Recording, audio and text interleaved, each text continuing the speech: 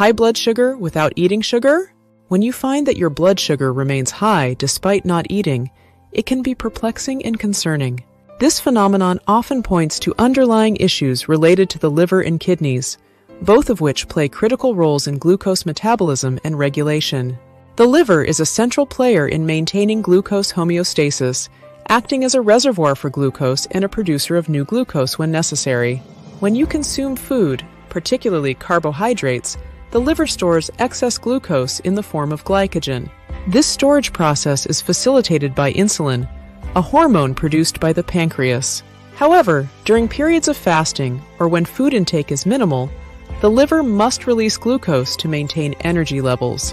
This release occurs through two primary mechanisms: glycogenolysis and gluconeogenesis. Glycogenolysis is the breakdown of glycogen into glucose, which is then released into the bloodstream. This process is typically efficient, but in individuals with insulin resistance or insufficient insulin production, the liver may release more glucose than necessary, leading to elevated blood sugar levels. Gluconeogenesis, on the other hand, is the process by which the liver generates glucose from non-carbohydrate sources, such as amino acids and glycerol. This is particularly important during prolonged fasting or in situations where carbohydrate intake is severely restricted. In individuals with diabetes, the regulation of these processes can become disrupted. For instance, if the liver continues to produce glucose at an elevated rate despite low insulin levels, hyperglycemia can result. The kidneys also contribute significantly to glucose regulation. They filter blood and help maintain the balance of various substances, including glucose. Under normal circumstances, the kidneys reabsorb glucose from the urine back into the bloodstream, ensuring that excess glucose does not accumulate. However, in conditions where blood sugar levels are persistently high, the kidneys may reach a threshold beyond which they cannot reabsorb all the glucose. This results in glucose spilling into the urine, a condition known as glucosuria. Moreover, the kidneys are capable of producing glucose through gluconeogenesis, although this is a secondary function compared to that of the liver. If kidney function is impaired, often a consequence of chronic conditions like diabetes, the ability of the kidneys to manage blood glucose levels diminishes. This impairment can exacerbate hyperglycemia, especially when combined with liver dysfunction. The interplay between the liver and kidneys in glucose metabolism is complex and can be influenced by various factors, including hormonal changes and overall metabolic health. For instance, elevated levels of stress hormones like cortisol can stimulate the liver to produce more glucose, further contributing to high blood sugar levels. Additionally, conditions such as fatty liver disease or kidney disease can disrupt the normal functioning of these organs, leading to further complications in blood sugar regulation. Solution? Increasing dietary fiber intake can indeed help manage blood sugar levels, particularly for individuals with conditions like type 2 diabetes. One of the primary ways in which fiber aids in blood sugar control is through its ability to slow down digestion and the absorption of carbohydrates. Soluble fiber, in particular, forms a gel-like substance in the gastrointestinal tract. This viscosity slows gastric emptying and the subsequent release of glucose into the bloodstream, leading to a more gradual increase in blood sugar levels after meals. Moreover, fiber has been associated with improved insulin sensitivity. Insulin sensitivity refers to how effectively the body's cells respond to insulin, a hormone that facilitates the uptake of glucose from the bloodstream. Foods rich in fiber tend to be more filling, which can help reduce overall caloric intake.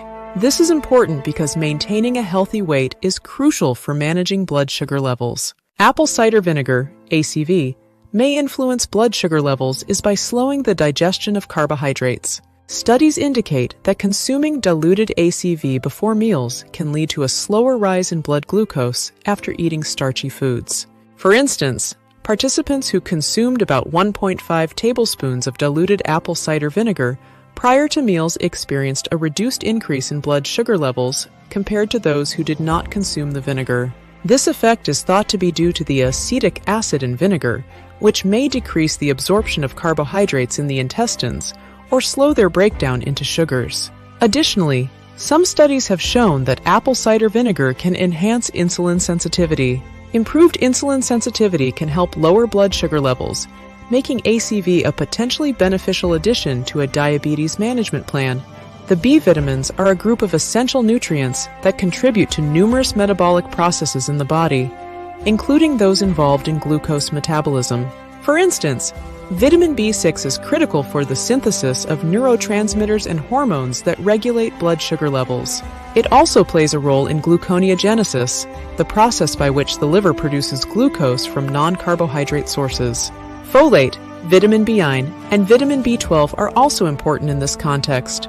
Folate is involved in the synthesis of DNA and the formation of red blood cells, but it also supports overall metabolic health. Adequate levels of folate can help reduce the risk of complications associated with diabetes, such as cardiovascular disease. Similarly, vitamin B12 is essential for maintaining healthy nerve function and red blood cell production, both of which are crucial for individuals with diabetes, as they are at higher risk for neuropathy and anemia. Vitamin D also plays a significant role in maintaining metabolic health and supporting the liver and kidneys. Research has shown that vitamin D can enhance insulin sensitivity, which is crucial for effective blood sugar management. Improved insulin sensitivity means that the body can utilize glucose more efficiently, reducing the likelihood of elevated blood sugar levels. Vitamin D has been linked to reduced inflammation and improved immune function, both of which are beneficial for individuals with diabetes. Chronic inflammation can contribute to insulin resistance and metabolic dysfunction, so maintaining adequate vitamin D levels may help mitigate these effects. Therefore, reducing inflammation may play a critical role in supporting liver and kidney function, and consequently, in managing blood sugar levels. Chronic inflammation is often associated with insulin resistance, a condition where the body's cells become less responsive to insulin and resulting in elevated blood glucose levels. This condition places additional stress on the liver, which is responsible for producing and releasing glucose, and can impair kidney function, which plays a role in filtering excess glucose from the bloodstream. Reducing inflammation can be achieved through various lifestyle and dietary changes. A diet rich in anti-inflammatory foods can be particularly beneficial. Foods high in antioxidants, such as fruits and vegetables, can help. Omega-3 fatty acids, found in fatty fish, flax seeds, and walnuts, are known for their anti-inflammatory properties and can support both liver and kidney health. Regular physical activity is another effective strategy for reducing inflammation. Exercise has been shown to improve insulin sensitivity and promote the release of anti-inflammatory cytokines, which can help mitigate the effects of chronic inflammation on the body. Additionally, maintaining a healthy weight is crucial, as obesity is a significant risk factor for both chronic inflammation and insulin resistance. By focusing on reducing inflammation, individuals can positively influence the health of their liver and kidneys, thereby enhancing their ability to regulate blood sugar levels. A well-functioning liver is essential for glucose metabolism, and reducing inflammation can improve its capacity to process and store glucose effectively. You can also check out my other video that talks about best vitamin to reduce swelling in feet and legs. We want to hear from you.